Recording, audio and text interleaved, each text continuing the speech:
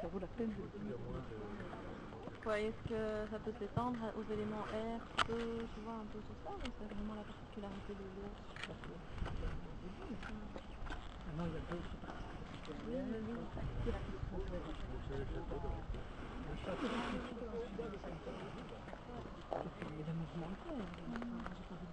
On peut penser aux peintures des impressionnistes.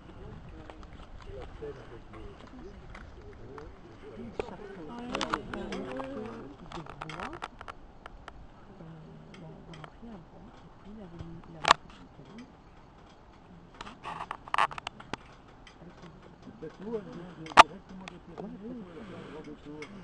c'est le gave de Pau, le gave de Pau c'est le gave de Lourdes, c'est le gave de Cotteret, et qui est plus haut le gave de Gavarnie.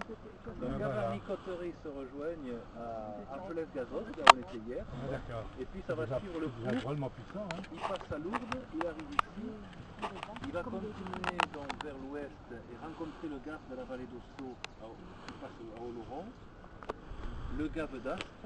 Les trois gaves se retrouvent un peu plus loin, ça va s'appeler les gaves réunis, et ils arrivent dans l'Adour, avant l'océan, et ça fait l'estuaire de l'Adour.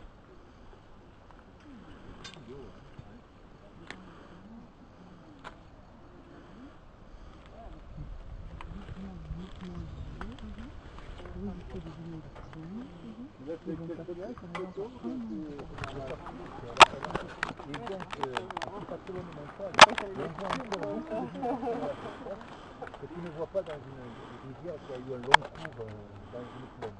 Là on voit encore beaucoup de... Bien qu'elle ne paraisse pas très forte, elle est quand même très vivante. Vous observez à la surface tous les mouvements. Avec la prêle, on disait le principe tige qui est vraiment présent. Alors ce qui est intéressant avec la prêle, c'est aussi le fait qu'elle fait des successions qui sont toujours les mêmes. Vous n'avez pas de diversité. Et ça s'emboîte, vous voyez. Les successions, si je tire bien proprement, parce que c'est jamais facile à faire. Voilà. Vous voyez, ça s'emboîte l'un dans l'autre. C'est rigolo.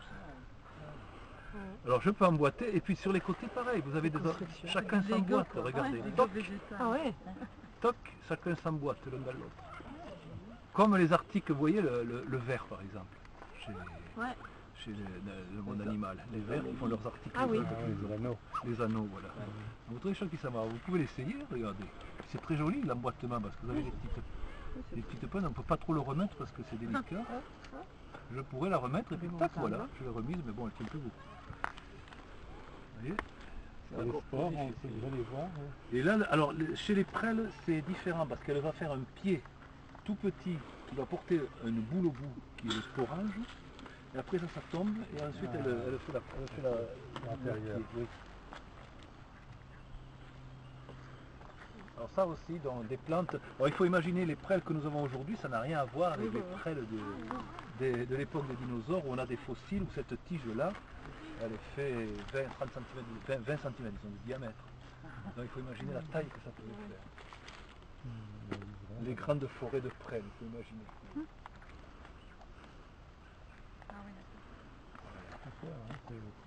On dirait que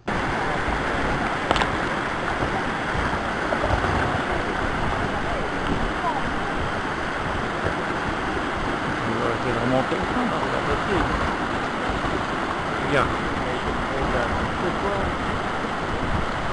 On va essayer de monter le sang.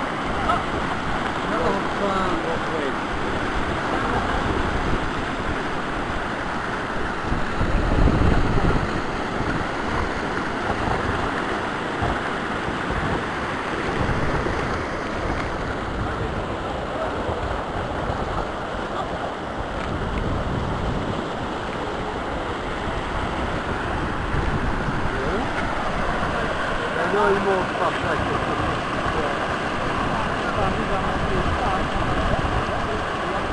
Il y a un système de câble accroché.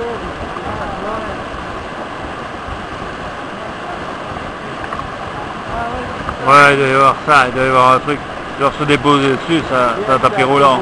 Ça tapis roulant peut-être. Hein. va ici par pas. Ouais. C'est pas possible. Ouais. Ah, t'as pu moi, t'as pu roulant. Ouais, c'est même pas. C'est tricher. C'est trop facile.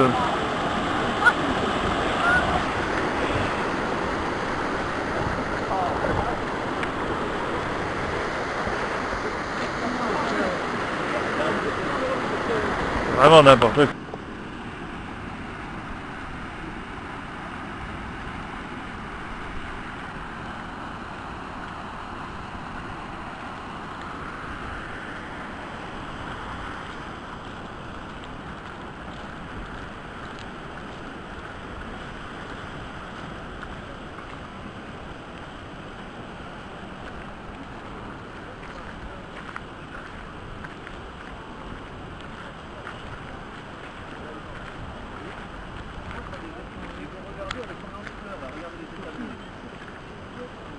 Ah voilà, elles sont en fleurs.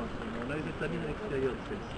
Et celle-ci, vous voyez, c'est un peu lâche, mais il y en a plusieurs par tandis que là, c'est une seule. Ça, c'est la mélique à une fleur, on l'appelle. Mélica uniflora, une seule fleur par pointe dépliée. Mélica. Mélica, la Alors, mélique. une fleur, c'est ça? Ça là, c'est une fleur. Ça, c'est un épi de fleurs. Ah, mais je crois que Chaque c'est l'inverse. branche, on appelle ça un épillé. Si, on va bien Et sur l'épillé, vous avez chaque fois une pointe, une seule fleur séparée. Voilà. Et là, tout ça sont des fleurs. À chaque fois, il y en a une.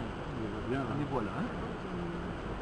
Vous voyez, regardez la finesse et la délicatesse de cette fleur. Et regardez comment c'est rempli de silice. Parce qu'on peut se poser au niveau architecture, là, pour un architecte, comment ça peut tenir à une finesse pareille. Essayez de faire un immeuble avec ces proportions-là. Vous vous rendez compte de la finesse et de comment ça tient. Et si on regarde l'épaisseur d'un épillé, qu'est-ce qu'on peut dire 0,1 mm, peut-être même moins. Moi, je mets toujours ça 0,01 pour, même. quand je fais des Presque un cartes centième. photos, que j'ai des lettres pour un colle. C'est incroyable, la finesse. Avec le matériau qui correspond le plus.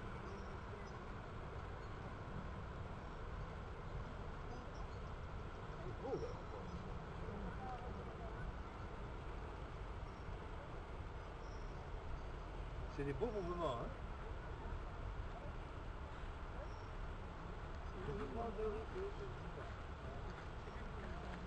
Tu vois, comme quand ça remonte, ça fait une sorte de champignon, tu vois, une boule. Et quand l'eau rencontre une autre masse, tu vois, tu as ici, là, tu as l'eau qui arrive de l'autre côté du moins, tu as une masse qui se crée avec des tas de vide et ça fait une chaîne tourbillonnaire. Voilà, tourbillon qui se crée, une chaîne. Et alors tu as une masse qui joue, qui vient de dessous, qui revient à ce bas, ça fait comme un champignon. Oui, voilà, ça se soulève. À certains endroits, même, si vous achetez un balai, Au même endroit, oui, c'est vrai. des petits deniers. Oui. C'est intéressant de voir ce mouvement. On voit que l'eau, c'est pas quelque chose qui court en surface, ça vient de dessous, ça remonte, ça tourne comme ça. Et chaque fois qu'il y a une rencontre avec le bord, là, il y en a une autre qui vient se faire. On a une série de ridules, comme ça, voilà. Et là, vous voyez, on va voir tout de suite se créer une chaîne, voilà, et les tourbillons se forment, tu vois. Il y a une chaîne tourbillonnaire.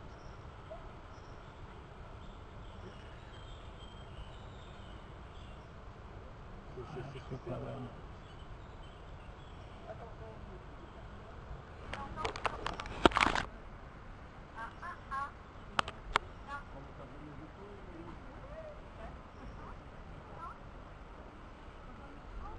On voit ici donc le petit tourbillon. Ici, les ridules de l'eau. On voit que l'eau est très propre et qu'elle vient des montagnes. Alors ici, on voit comme des petits tourbillons. C'est pas des gouttes d'eau dans l'eau. Des petits tourbillons qui se font. Non, non, je sais pas si on est bien. Voilà.